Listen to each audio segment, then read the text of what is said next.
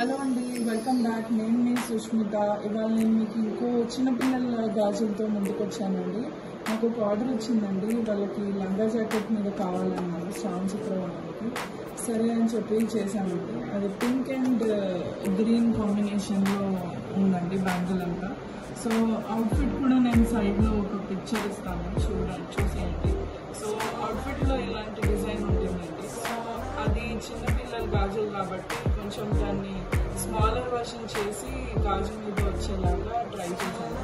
So ఇదండి design, అన్ని పూలు ఉంది అండ్ మొత్తం పింక్ అండ్ గ్రీన్ కాంబినేషన్లో వచ్చింది. ఇది 112 సైజ్ అండి ఈ బ్యాంగిల్.